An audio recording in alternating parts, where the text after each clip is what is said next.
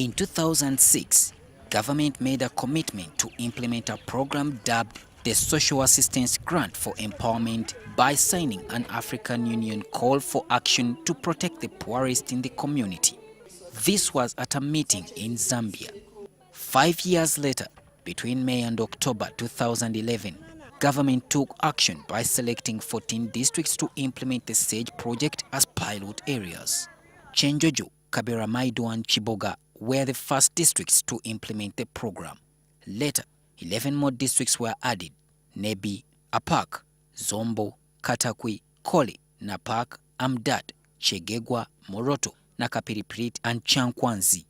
The British and Irish governments plus UNICEF sank £33 million, approximately 130 billion shillings, into the project.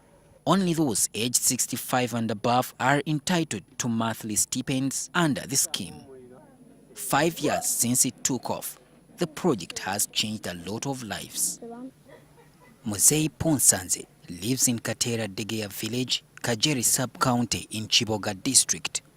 His home is unlike that of many of his neighbors. The pending construction project and the happy faces indicate that this family has something good going for them. Nsanze is part of the at least 4,000 elderly people benefiting from the SAGE program. He vividly remembers how he became a beneficiary.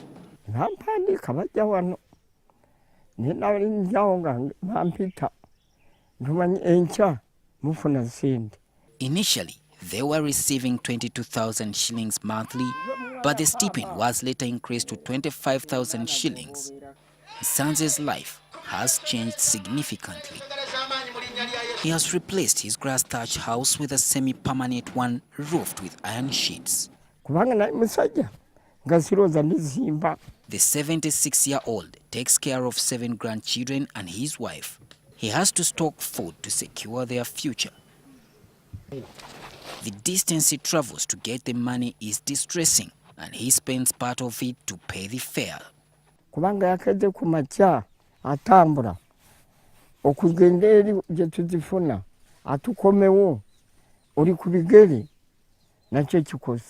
district is trying to resolve this challenge. In the beginning, we had 1% per sub-county, but we've managed to decentralize to at least 3% as every sub-county. Although Nsanze sparingly uses his money, he says some of his colleagues are not as prudent. The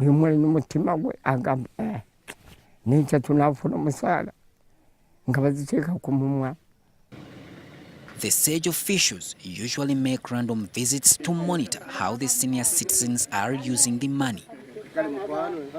Before payment, we do a pre-visit to inform them that on such a date we'll be paying you guys. Then after payment, we also come back. There are a number of challenges from registration to monitoring the scheme. We have so many people who have migrated, especially from Rwanda and other areas. It is not easy to prove the nationality. The elderly are calling for an increment in the monthly allocation. At least we add 1,000 Uganda shillings every financial year. For the 5 years the project has been running, the people in their sunset yards say it has had a significant impact. Once the welfare of the elderly is catered for, you automatically believe that there is future, there is hope for a continued life. And to many, it's high time government took the project to other parts of the country for more of the elderly to benefit so that they can lead better lives. Solomon Kawesa, NTV.